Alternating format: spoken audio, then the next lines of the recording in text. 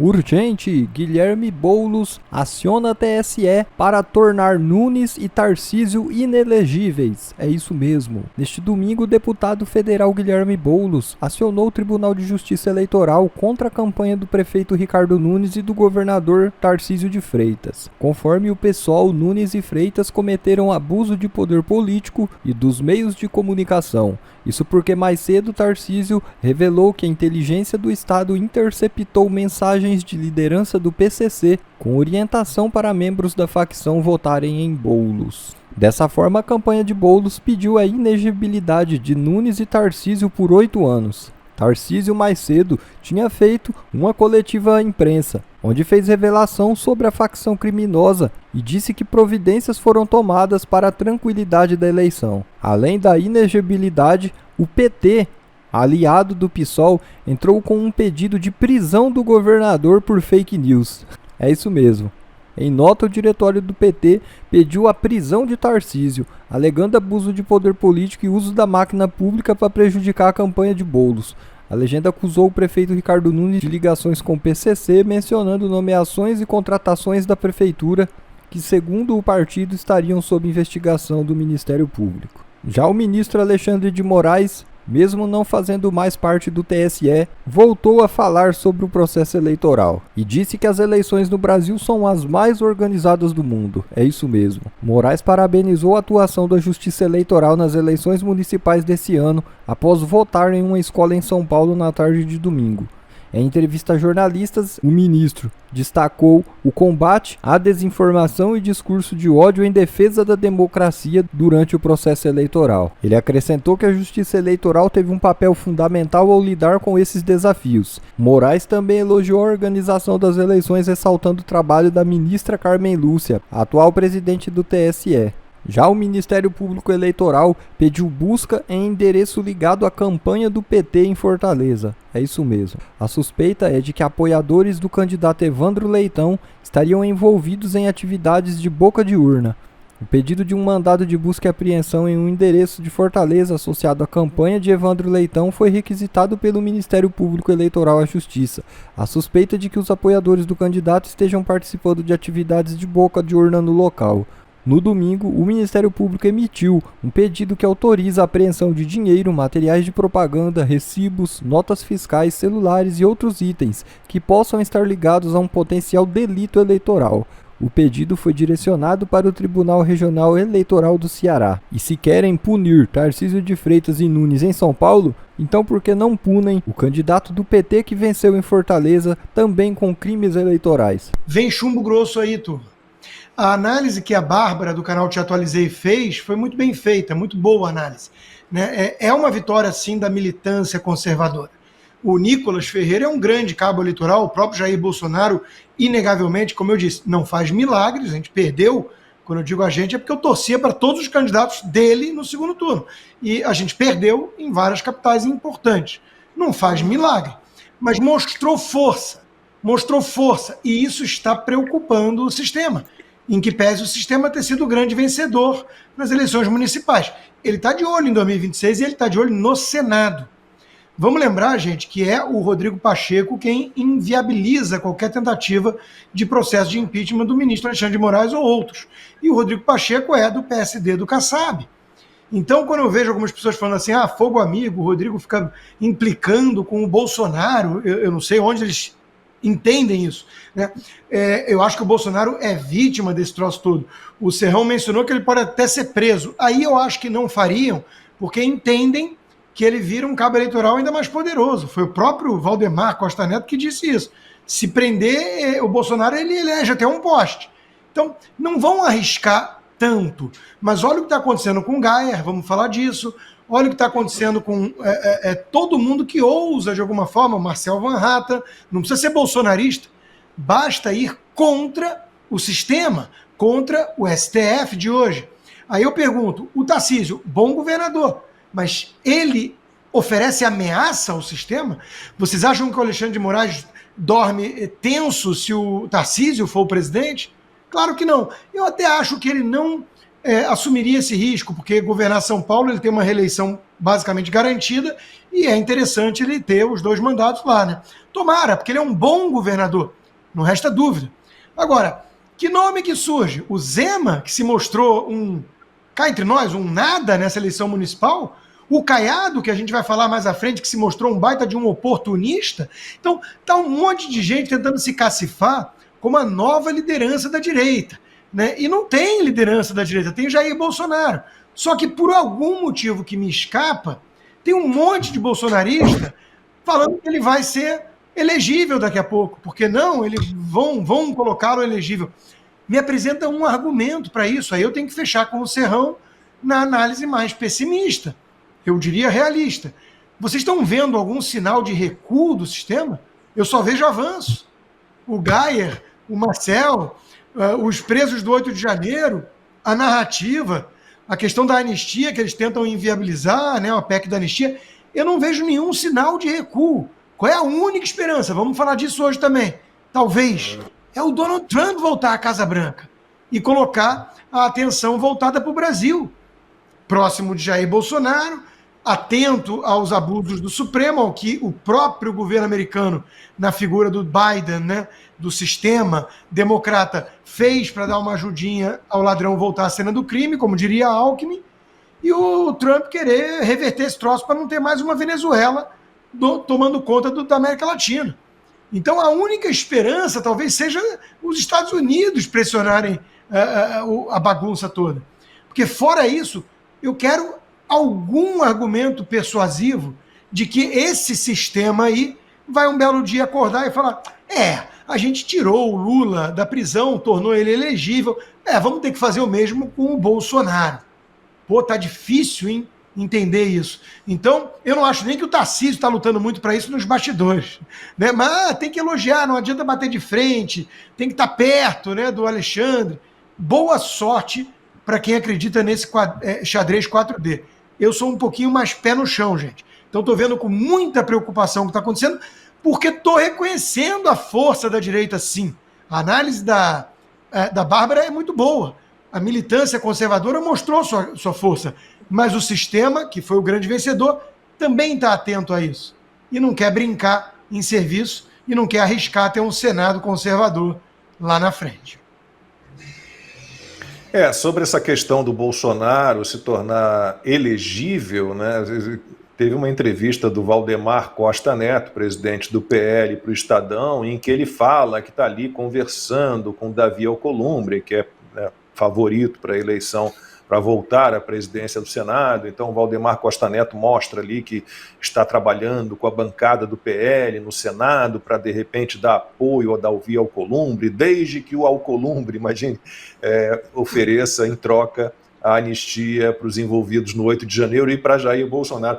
Ana, aí a gente fica nessa, a gente tem que confiar na palavra do Davi Alcolumbre para que Bolsonaro se torne elegível e concorra em 2026. Gente, aí complica, né? Aí não dá. Eu vou pegar 2 ganchos, um do Consta e um do Serrão. Eu vou começar com o Consta sobre essa análise da Bárbara, falando da militância, né, da direita, como a militância vem demonstrando, né? Os políticos podem não entregar uma agenda clara, mas a militância, os eleitores, conservadores, liberais, estão demandando uma agenda muito clara. Não tem como ficar mais claro do que já está aí. E aí vem exatamente o que o Serrão falou, da juristocracia.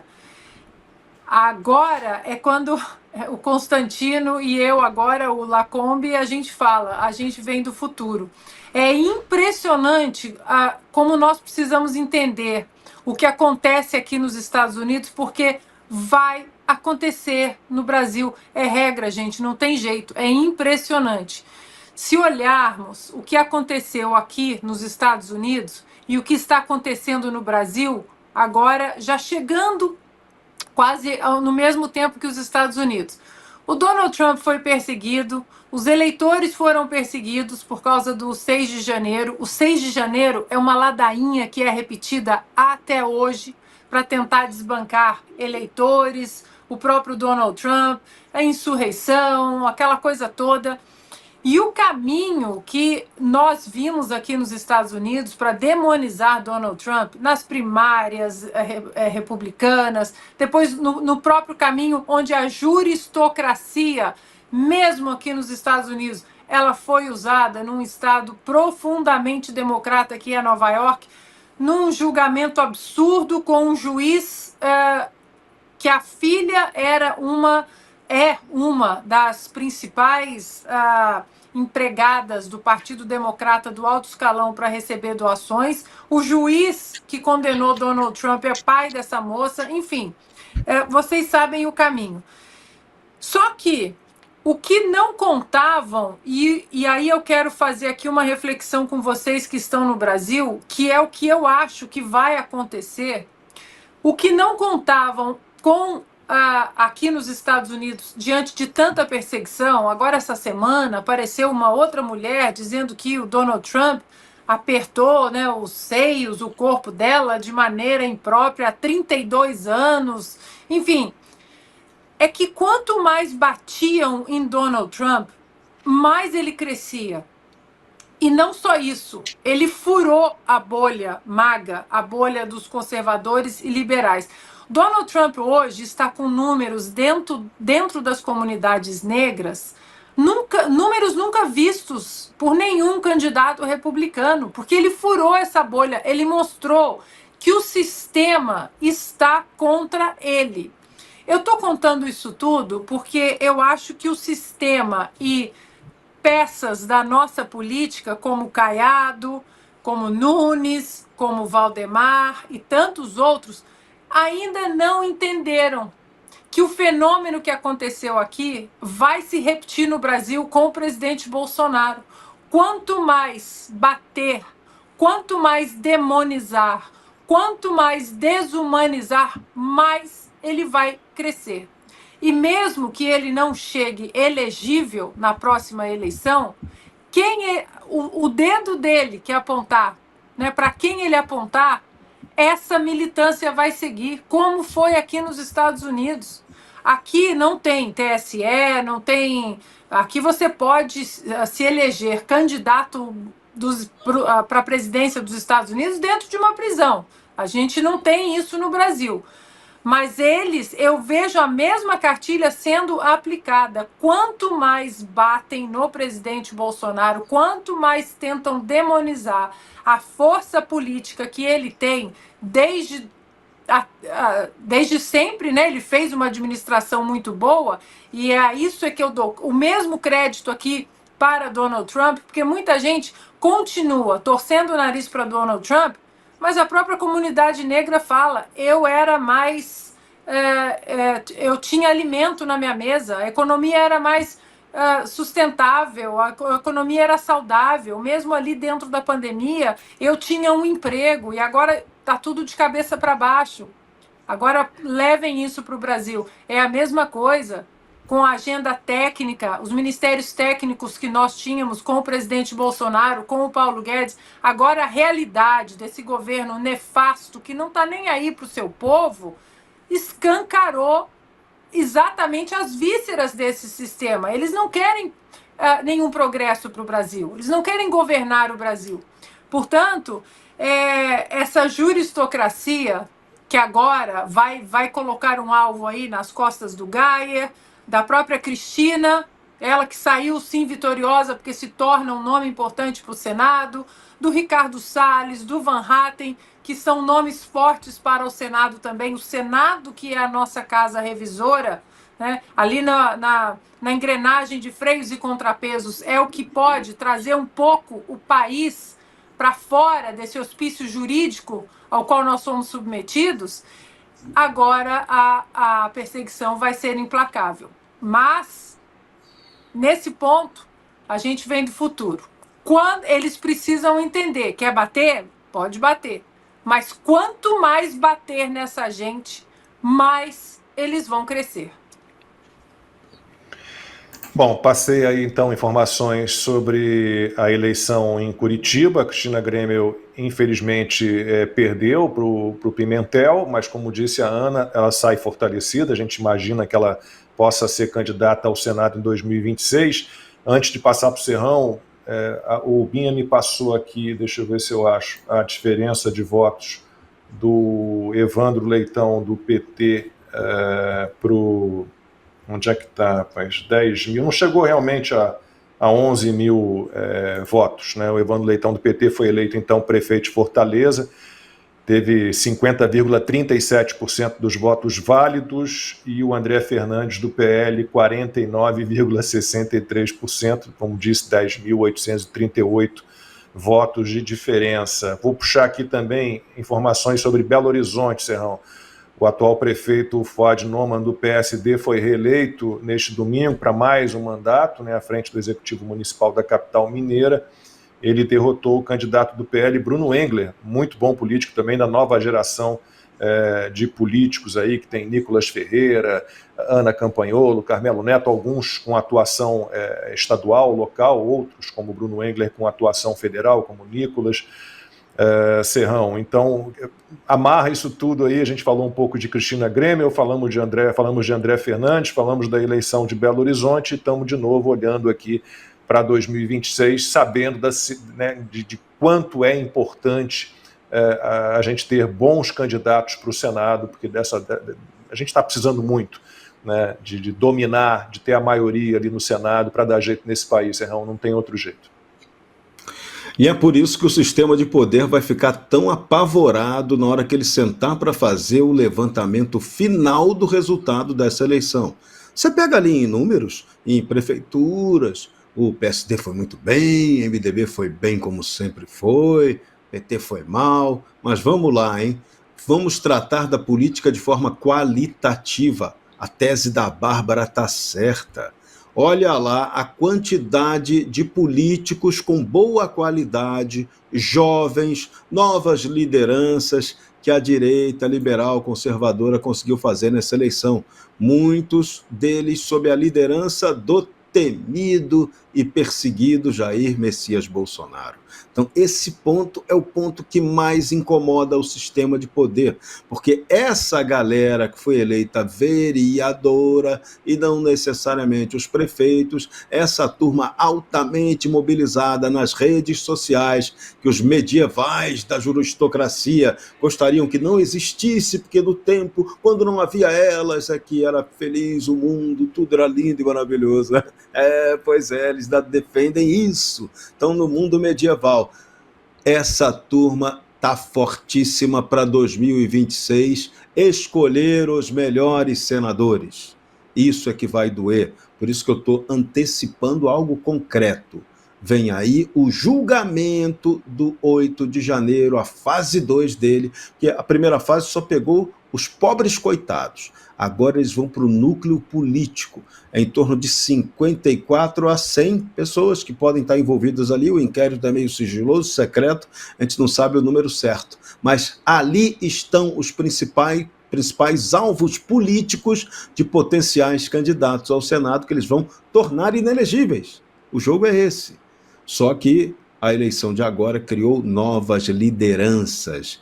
Então, esse é um ponto que vai incomodar muito o sistema de poder no Brasil. No caso do Paraná, vou até contar uma novidadezinha curiosa. Lá, a Cristina Grêmio, ela é vitoriosa por diversos aspectos. Não ganhou a eleição, mas venceu politicamente. Ninguém poderia esperar que a Cristina fosse ter a força política da qual ela saiu dessa eleição com ela. Então, ela hoje é candidatíssima ao Senado. Se a Cristina chegar amanhã e disser, olha, sou pré-candidata ao Senado, é dor de barriga para o governador Ratinho Júnior. Porque o Ratinho Júnior, ele é presidenciável. Ele é um daqueles nomes que Gilberto Kassab gostaria de colocar como palatável para ser o candidato de centro para disputar a próxima eleição, tá? É aquele centro que é capaz de conversar com todo mundo do partido do Kassab, com apoio, que é aquele que é capaz de estabelecer um diálogo que, em tese, Gilberto Kassab vai defender que Bolsonaro não é capaz de estabelecer. Então, Ratinho é candidato a presidente. É potencial? É. concretamente essa é a dúvida. Ele pode querer ser, mas aí, se ele não puder ser candidato a presidente e quiser disputar o Senado pelo estado do Paraná, o bicho vai pegar lá, hein? Porque os concorrentes podem ser Cristina Grêmio, Felipe Barros, talvez um Deltan Dallagnol, talvez sim, talvez não. Então, a vaga para o Senado no Paraná vai ficar uma vaga nervosíssima. Então, o governador vai ter problema lá. O governador foi vitorioso agora com o triunfo do Pimentel? Mais ou menos. Ele está bem na fita, porque ele conseguiu botar alguém da confiança dele na prefeitura de Curitiba. Isso é bom para ele. Só que o prefeito que está saindo agora, Rafael Greca, os bastidores do judiciário no Paraná já revelam, onde Greca é muito forte lá no bastidores do judiciário do Paraná, que ele é candidato ao governo do estado. Opa! Isso pode mexer com os esquemas do Ratinho. O Greca é candidato do Ratinho a governo do estado? Com certeza não é não. Então vem aí uma briga apocalíptica lá no Paraná, a coisa vai ser bastante curiosa. Em outros estados, nós temos outros que aparentemente perderam a eleição, mas politicamente saíram extremamente vitoriosos. O André Fernandes foi um espetáculo, foi um exemplo de luta sensacional. Bruno Engler, a mesma coisa. Outro candidato que também mostrou muita força, não tem como ganhar, a máquina corrupta, vencer dela é muito difícil, mas foi o candidato à prefeitura de Niterói também, Carlos Jordi, fez um trabalho magnífico, crescimento concreto do ponto de vista político. Então, são nomes que vão ganhar força e expressão para o futuro. Tem gente muito forte ganhando protagonismo para a próxima eleição. Agora, um cuidado. Vou chamar a atenção para um cuidado. A direita brasileira não pode cair nas tretas que podem ser armadas pelas rusgas geradas nessa eleição. Vamos dar uma acalmada, baixar a bola. Não é hora de arrumar briga agora. O sistema vai explorar essas possíveis briguinhas. Então não é hora de esculachar o Tarcísio. Deixa ele ser o campeão do centro, que ele acabou de ganhar agora. Deixa o cara quieto ali. Não peguem, não arrumem ele como inimigo. Não joguem ele para fora do jogo, porque não se pode dispensar ninguém na terrível luta que vem por aí de verdade, porque o sistema de poder vem para arrebentar. Se na hora que ele vier para arrebentar, do lado de cá não houver uma resistência um pouco mais consistente, aí o estrago vai ser fatal e inevitável. Mas se a gente tiver capacidade de resistência, resiliência, sobretudo inteligência para fazer diálogo, aí a gente vai conseguir avançar adiante. Bota na cabeça, galera, prioridade máxima. Escolha 2 nomes excelentes para votar e eleger para o Senado por Estado. É a única maneira de derrotar e neutralizar o sistema de poder no Brasil. Não tem outra. Mas vamos ter que esperar 2 anos? Vamos talvez ter que esperar 2 anos, a não ser que da América venha um milagre que consiga causar um cataclisma em nosso sistema de poder. Isso é possível? É. No curto prazo? Talvez não. No médio? Sim. Mas até o médio ser viável, até quanto essa juristocracia não pode arrebentar com todo mundo por aqui? Essa aqui tem que ser a estratégia pensada. Então, é hora de união, é hora de calar a boca, é hora de fazer política do mais alto nível, com a mais alta seriedade e comemorar o lado positivo. Aqueles excelentes candidatos que foram eleitos prefeitos e vereadores. Vamos com essa rapaziada que a gente vai avançar. Agora, se ficar de lamúria, de intriga, de briguinha um com o outro, treta, né, que o pessoal adora uma treta no X, aí a vaca vai pro brejo antes do brejo ser construído. Bom, pessoal, esse foi mais um vídeo. Eu espero que vocês tenham gostado. Se vocês gostaram, deixa o like aqui para fortalecer nosso canal. Logo eu volto trazendo mais informações da política para vocês. Um forte abraço, fiquem todos com Deus e até a próxima.